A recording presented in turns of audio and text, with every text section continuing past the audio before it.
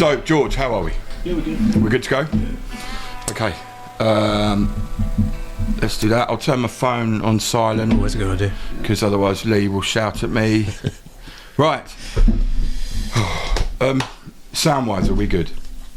Yes. Do we sound marvellous? You sound like yourself. Excellent. Well, that's not good. that good, is it? I can't see Lee at all anymore. here. No. So I'll just look at the Ramones. Do you get clear ones of these? We need to sort this all out. We So do. we're going to do that. Right. Yes, let's do that. Okay, don't tap the table, Jim.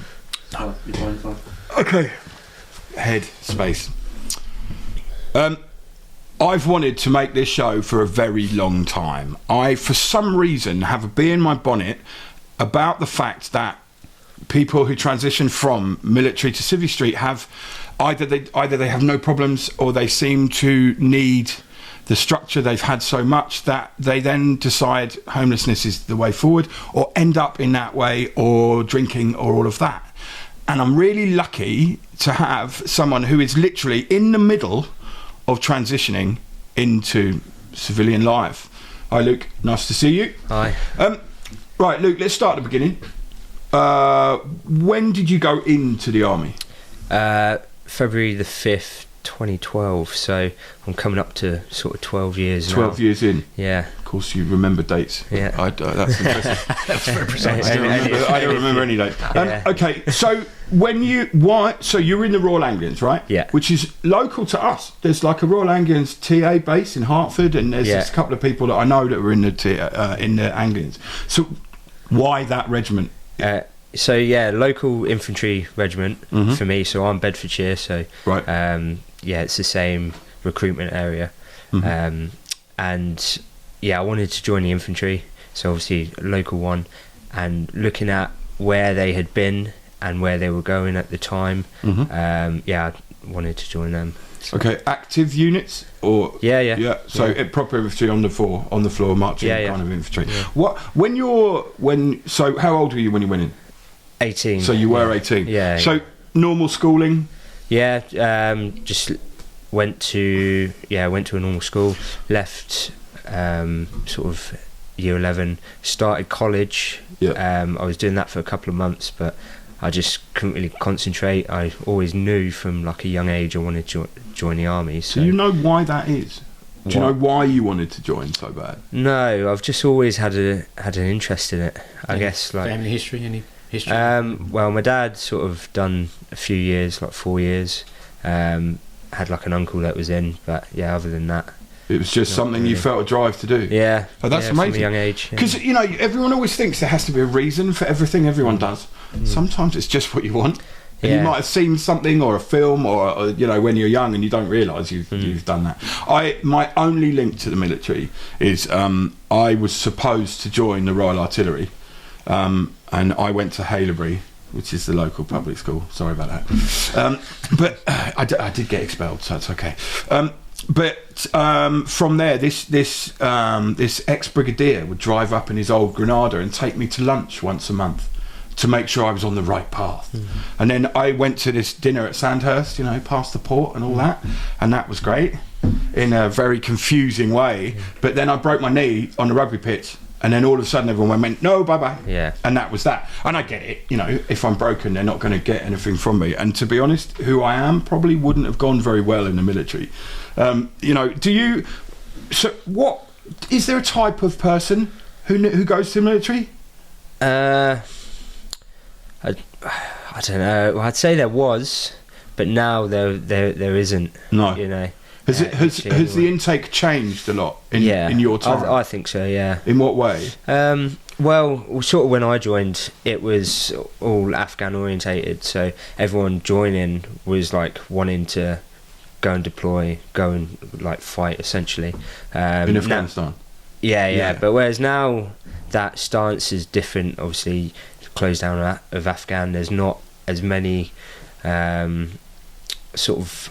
there's no sort of fighting tours going on now. No. It's all sort of like advising or peacekeeping. Force protection type stuff, or just like show of force in certain areas, as opposed to actually going out and fighting. So it's a lot different. So do you think there may be a mindset of people that wants to join the army to be something, to be, you know, now there's no conflict, they'd be more willing. Do you see what I mean? Surely not. Well, so for me, I've worked in training establishments for the last 3 years, so training up sort of new recruits that have recently joined. Okay. I think some to even half don't even know, like it's just a job, Right? You know, it's They don't get it. that transition of that how the army is. You know, you're away, you wanting to be away all the time. Nowadays, people see it more as sort of a job, and they just want that 9 to 5 aspect, which is, you know, you can't really That's get not out of the achievable. army. No, it's not. No, it's not the army. Oh yeah. So, Okay, so you join the Anglians at 18 years old. What's the process? So then you go to basic training. Is it? yeah. So ITC Catterick, that's the infantry training centre, Yeah. and in North Yorkshire. You're there for 6 months, so you do your phase 1 and 2 training, and then from there you'll go to your unit. So you could be mixed with different regiments while you're up there, and then move to your relevant unit wherever that is. Okay. Any specialist teaching for you? Did you take on a certain direction, or was it infantry? Yeah, so within the infantry you can like specialise in different areas. For me, I was in like a guns platoon for probably about 6 months or just under, but other than that I've not sort of done any specialist training. I was just in a normal infantry rifle company. Cool. Yeah. How different a life did you have from being a kid in college, and then you're in the army? Did you settle into that well? Was there, you know, was that a transition that was easy for you? Yeah, it was. I didn't enjoy college. It was like a last minute thing. I sort of booked onto like a public services course, if you've heard of it. It's anyone looking to go sort of like blue light or armed forces, they sort of go down that route. But I always knew that from a young age, like I said, I wanted to join the army. So going that, I just felt like I was prolonging the process. So I just left that after a few months and then just went straight to the army. Yeah. Okay, so 12 years. So you've seen active, I imagine. I went to Afghanistan in 2013. Okay. But back then it was like Herrick Tour, so it was towards the end, so it was a drawdown. So for me, where I was at my location, it was quiet. Okay. So, yeah. Well, you know, good in a way. Yeah. Are you? I mean, in a very flippant way, you know, you guys are trained to kill. You're trained for combat. How does that change your perspective on life, or does it? No, it doesn't. No, it doesn't. It's not something really you're taught to dwell on, though. You know what I mean? It's so. I mean, what I'm angling at is the army will change you as a whole person, because obviously you'll be more disciplined. Yeah. You know, you will act as a unit, so you'll be able to work as a team, where before maybe you were an individual. Yeah. Does it give you a set of values that work now you're transitioning into Civvy Street? Oh yeah, definitely. Yeah. How does it benefit you in it? Right, here's what I'm getting at. Yeah. I'm going round the houses. When you're transitioning, now what does that mean? How long do they give you to, because I didn't know they did that. I thought you had a leaving date and you went. So what's the process? Yeah, so I put my notice in February last year, so you have to give a year's notice to leave the army. Wow. If you don't have so I could, if I found employment within like a couple of months, I could just hand in my notice and a letter to like my commanding officer and be like, look, I've got this job, I need to leave. So he could release and they could, yeah. But I think they give you that long so you can transition. So for me, because I've done over 8 years, you're entitled to 6 weeks GRT leave, which is not sure what it stands for, but resettlement leave basically. So you can use that towards courses, but you can use that even if you're not getting out of the army. So say for example there was a course I wanted to upskill myself in anything, I could just cash in that leave, use like a week here or 2 weeks here, do my course and go back to normal work. Majority of people save it up until the end, like I have now. I've saved it up, so I've had the 6 weeks. You also get 30 days terminal leave, and then you'll have any individual leave that you've saved up on top of that as well. Okay, so there is a procedure in place to help you transition? But do they? I mean, I'm speaking as someone who knows nothing. So, do they offer you some kind of counselling to go from this regimented existence to Civvy Street? Yeah, not so much counselling. You have like career workshops and stuff. They have like their own resettlement centre, so you can career-wise they'll help you down that route, but not that I know of. How good is that?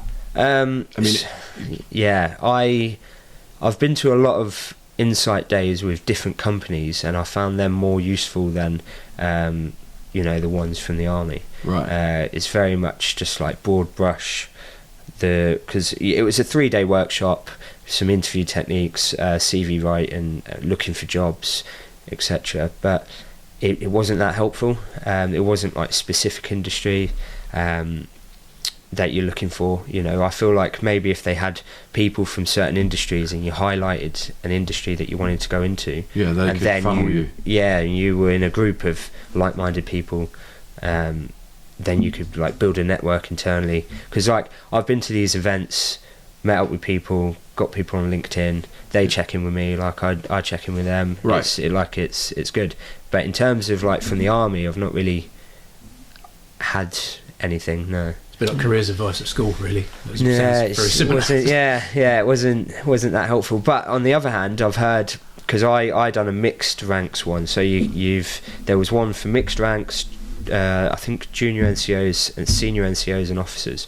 So a friend of mine, his girlfriend, she's a sergeant, she went on the senior and officers one, and he said that she got told a lot more information than we did on ours. So because you're deemed to be going in at senior management or whatever. Yeah. Job. Whereas like mixed ranks, maybe like trades or something like that, or right. So they're still using a class system, really, for different ranks. It's a rank structure, isn't it, in the army? Yeah, so and I suppose I can criticise that all day long, but I don't live in that world, and you do, and the thing about when we were looking at military stuff back when I was at school, and coming out, and I get to 18, it's not happened.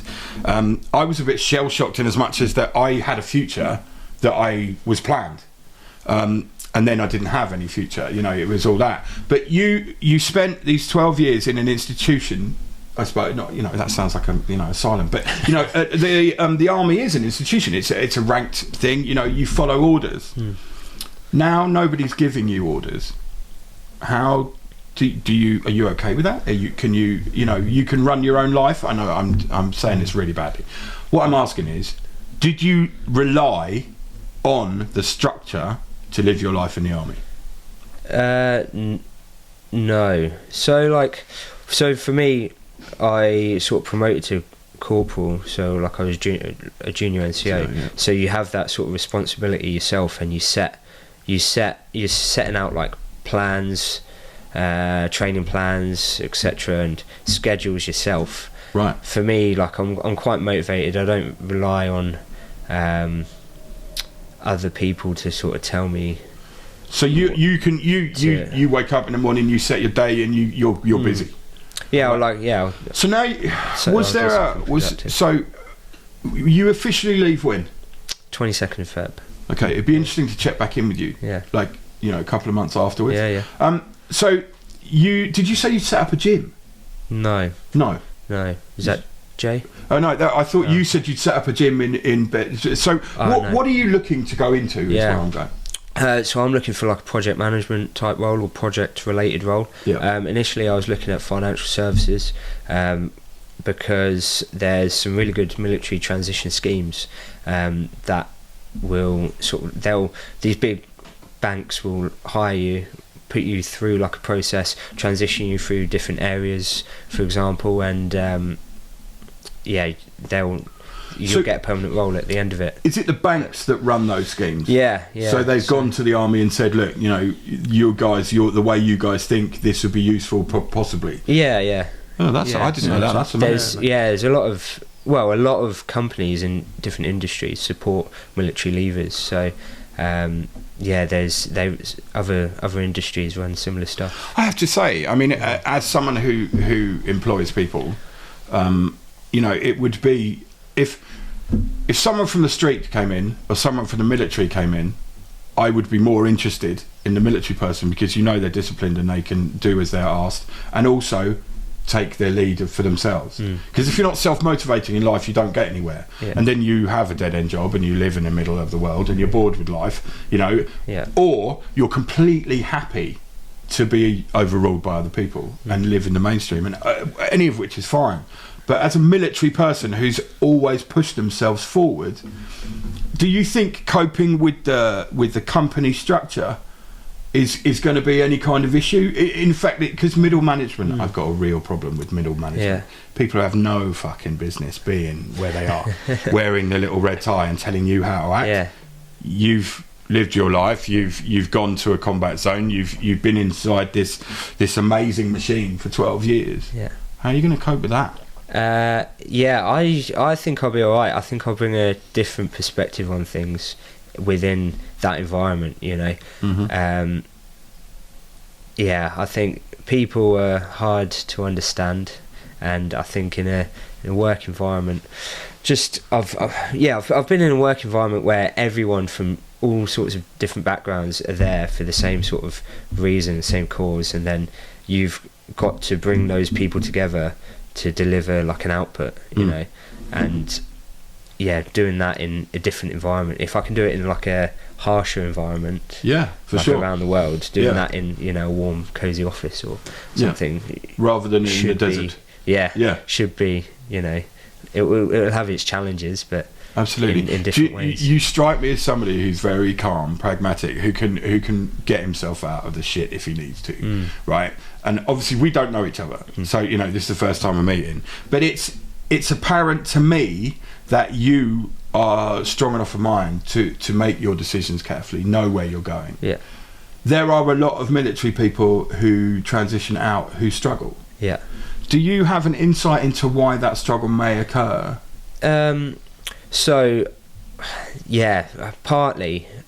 Obviously it can be due to like operational experiences previously. They could struggle like mentally with PTSD with adjusting. You're going from it's not just a job, like everyone goes into work, goes home, but in the army you're in like an infantry unit like us, we move around together. So for 12 years, or well, I say last 3 years I've been at training establishments, so for 9 years I was working with sort of the same lads, and we're all progressing together within the job. We're moving around together, so I was in the same place in Cottesmore in Rutland, sort of just north of Peterborough. So I was there for about 5 years, and then we all moved together to Cyprus for 2 years, and then moved back to Cottesmore. How many people in that group? In a battalion, you're looking probably like 400 to 600, and then that's broken down into 5 companies, 3 rifle companies. So in one company, you'll have probably about 100 to 150 max. But So then, do they break it down again? So into platoons. So with the platoons, those are the people you live with, presumably, and you work with on a day to day. Within the company, you'll live with all of them. So you'll be in like a big block.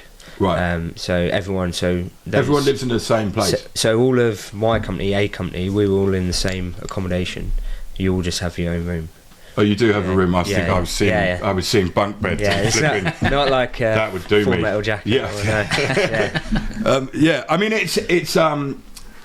it's a situation where, you know, living with all of these people as well, you're all very different people, but you're on the same path. Does that create conflict? Does that make it difficult?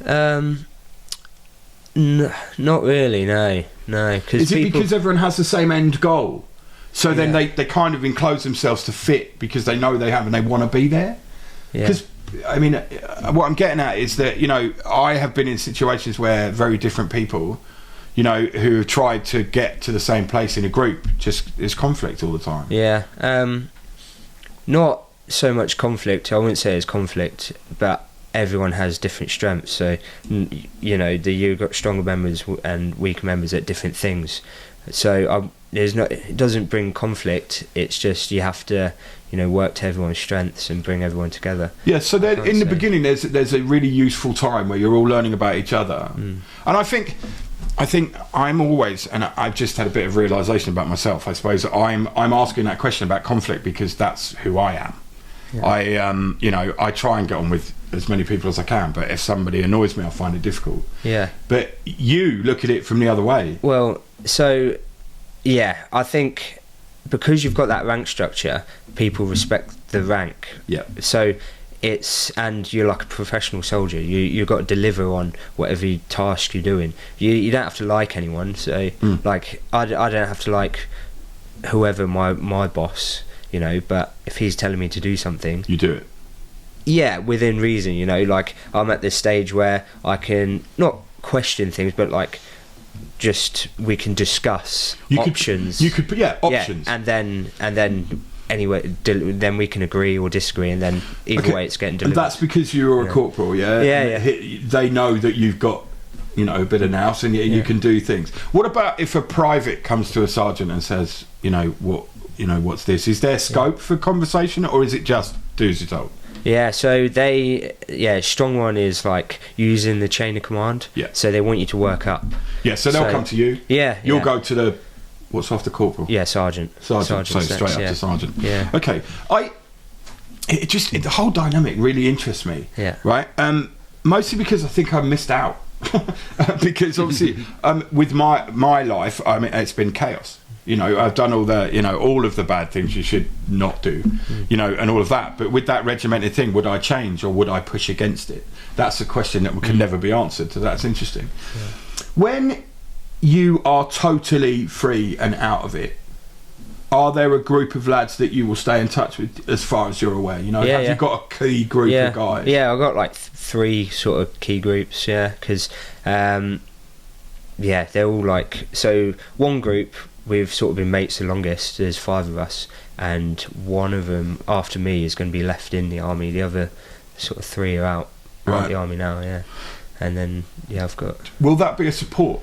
Can you make that phone call and just say, look, I'm struggling, I can't deal with this, and will they help you? Yeah, definitely. That's cool. Yeah. If you are really struggling, right, or you just need to express something, is there a backup after you've left, or have you just left?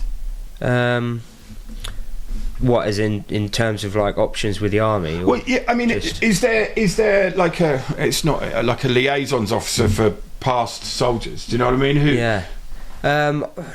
I'm not entirely sure. Yeah. I think there's loads of charities out there, but for me, being on LinkedIn, I know people are really like supportive on there. I could probably message anyone randomly, and that is ex-military, about anything, and everyone sort of replied and has been helpful to requests to speak about careers and things like that. That's really good. I mean, I think the most important thing is that you come out and you know who you are and you know your strengths, which you obviously do. There will be people who come out and are lost and just need a bit of guidance. Not everyone has PTSD, not everyone is homeless and destitute, but there are a lot of people in the middle who come out and are a bit like, what the hell am I doing now? Yeah. And it's great to hear that on a thing like LinkedIn. I'm on LinkedIn, and we post about this on here, but I'm not behind a tattoo shop. You know what I mean? I'm not in that business. But that's amazing to hear that there's ex-military and people who will help you if you reach out. We're doing the next show that we record after this. We're doing with David, who is one of the leaders of Walking Wounded charity. So we're going to see it from both sides, as it were. Do you have any fears, as you're sat in front of me now, about leaving? It's just uncertainty, because I've got 2 sort of paychecks, and then that's me like out. You're done. Yeah, and the army they're never really going to get rid of you unless you're like seriously injured, but even then you'll have like support and things like that, and they'll transition you, etc. But in terms of like, they're not looking to cut the army, I don't think. Well, they're looking to bring the numbers down, but I don't think they wouldn't do that through like redundancies and because usually they're optional anyway. I remember a time where the army did cut big style, and I don't remember when that was, but I remember probably about 10 years ago. Yeah, and I remember a couple of my friends were made redundant after being in for 6 years, and they got a very small amount of money, and they, you know, it was like, you're going now. Yeah. And one of them, Peter Marshall, his name is, he and I can say his name because sadly he's no longer with us. He was a great guy, but he came out and was totally lost because he was expecting to do the long haul. He'd signed up forever because the army was everything. And he didn't have an outside. You know, his girlfriend was army. You know, and he lived on army bases. And he was in Cyprus a lot. He's in Germany. But he came out and was completely and utterly confused by life because he didn't want to be there.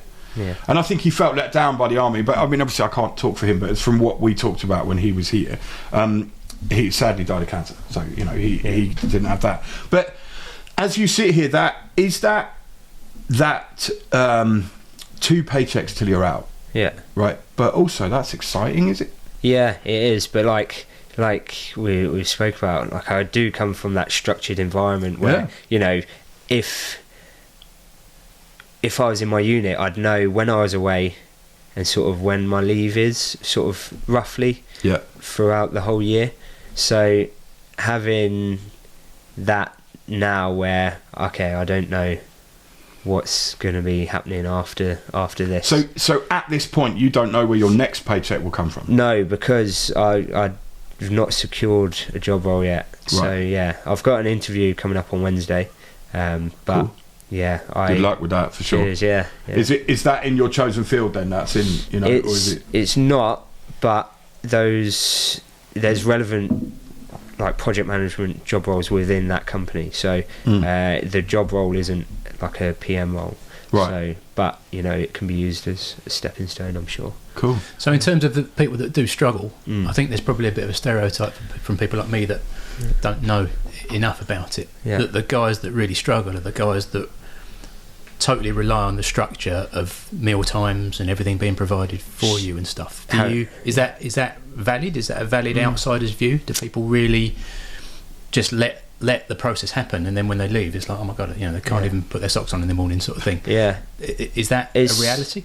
Yeah. So I think main one for me would be people not having somewhere to live would be a big one. Like an old sergeant major of mine said, leave the army with a house and a degree.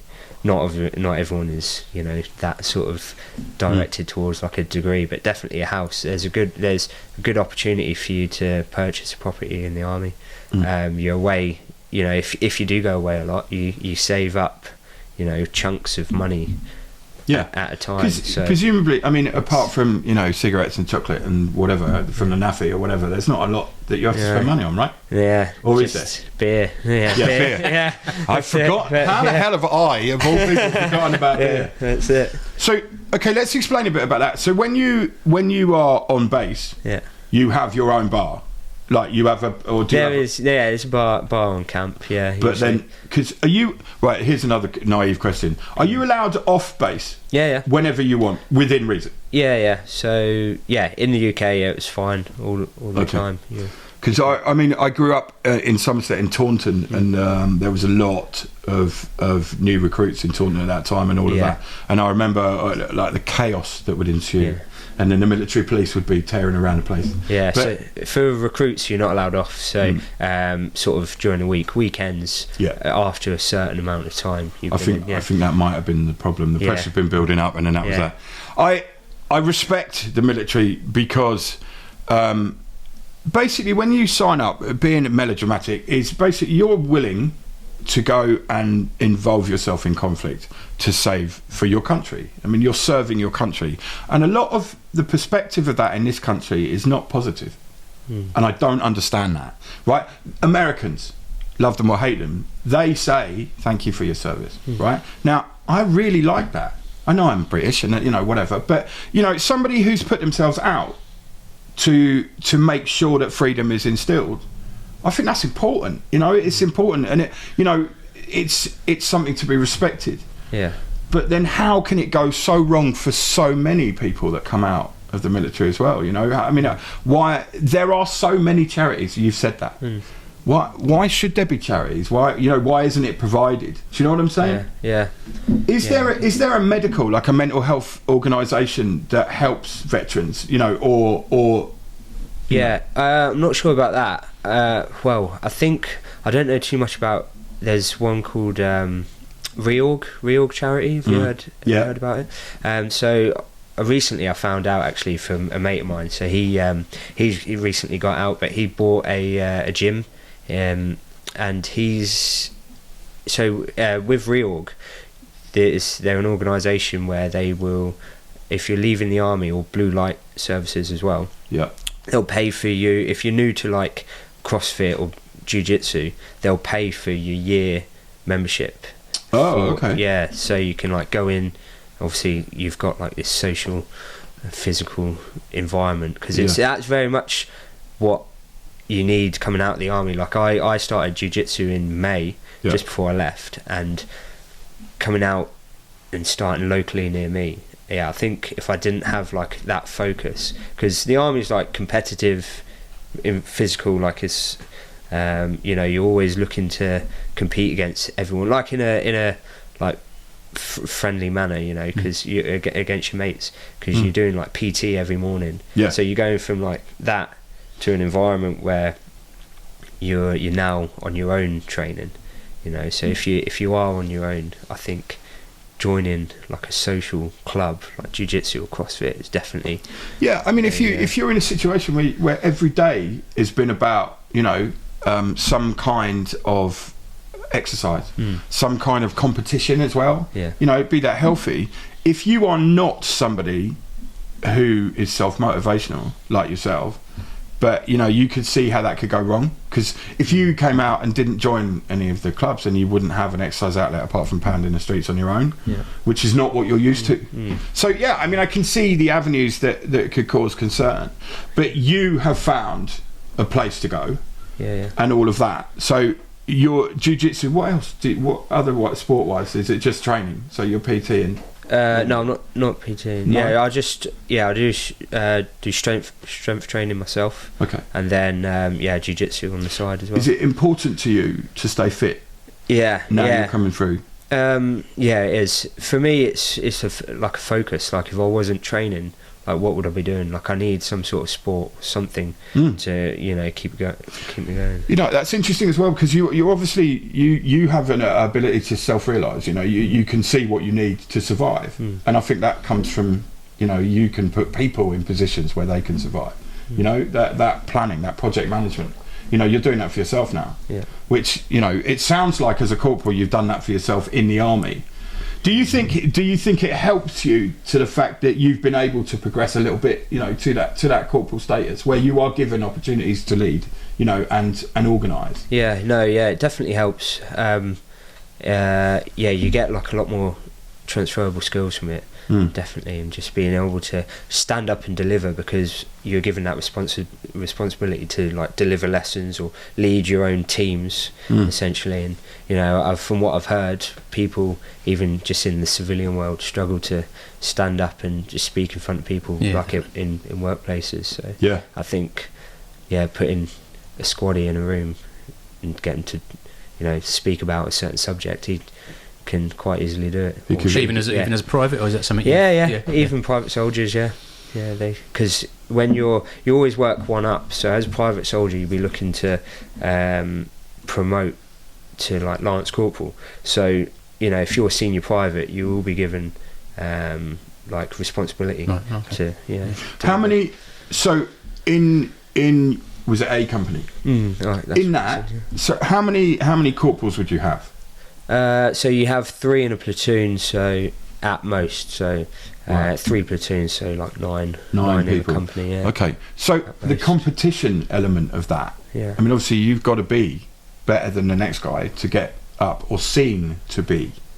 Is it better, or is it certain skills? How do you progress in the army? What are they looking for? So it used to, in sort of with they'll run like internal courses like tactics cadres or whatever. So say for example, if you were looking to promote from private to lance corporal, you go there against like all the privates within the battalion, you know, and then you'll have to perform sort of like military training under like a training team, you know. And the same with like every rank up to.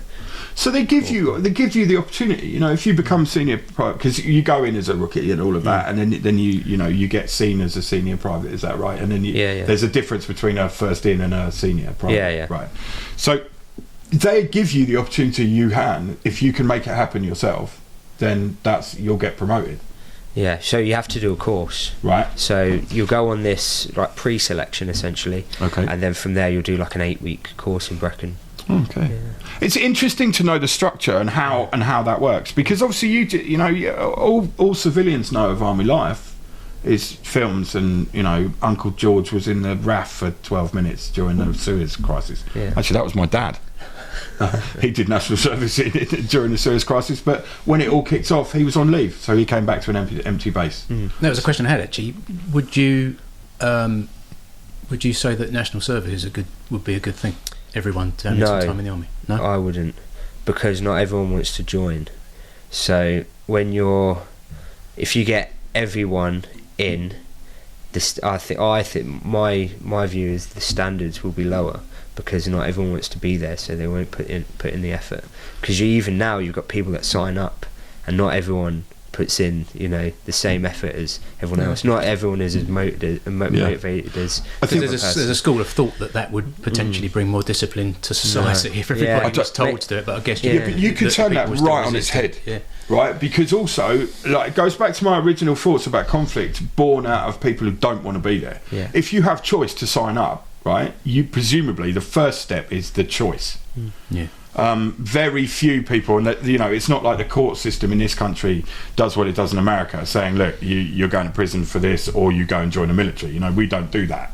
You know, so if you choose to be there, that's great. But if you're conscripted and you have to do 2 years or whatever it is, you know, you don't want to be there, so you're going to fight against everything if you have that mentality. And how's that going to help anybody? You're not going to be useful for anyone, are you? Well, look at the Falklands, you know, British Army versus like a conscript nation. They just gave up, didn't they? So they didn't have food supply, they didn't have anything, you know, all they had was a sabre rattling, and it caused a lot of consternation, you know. It's a strange juxtaposition between being in uniform and not. Do you have any fears apart from the paycheck? Is there anything deep down inside that you feel you're worried about above and beyond just earning and living?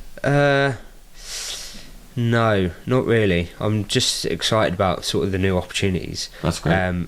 But yeah, I'm quite chilled out. I try not to worry about things before something has happened, you know. I just I like to take things as they come, as well as like plan. I like to plan and structure things, but I just won't worry about things until it's. So you face things in the moment as you would in conflict or combat or training. When you are free and clear, of all military life, after a few months, will you send me a message and we'll talk to you? You know, because I'd really like to see how you get on and make sure you're all right. You know, and all of that. Sadly, we've run out of time, which is unbelievable. These things go in a flash. I want to thank you, Luke, for coming and talking to us. No, thanks for having me. Also, thank you for your service, and I mean that. Please do reach out if you need anything in future, but also good luck with everything. It must be the most exciting thing to have the freedom to do anything you want. So that's amazing. Definitely. Okay, nice. Right. 50 in coping, as we always say, if you have problems, try your hardest to vocalise them to somebody who will listen.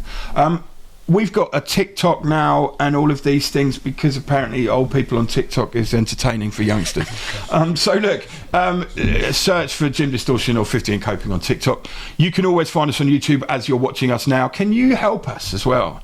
We've got an amazing audience. We've got an amazing set of people who are watching and commenting and talking. And what we're going to do is we're going to start putting the comments from you guys in a little segment at the start of each show, just so we're more involved with you guys. we're still learning how to do this, but we've been supported from the beginning, and our guests like Luke have been amazing.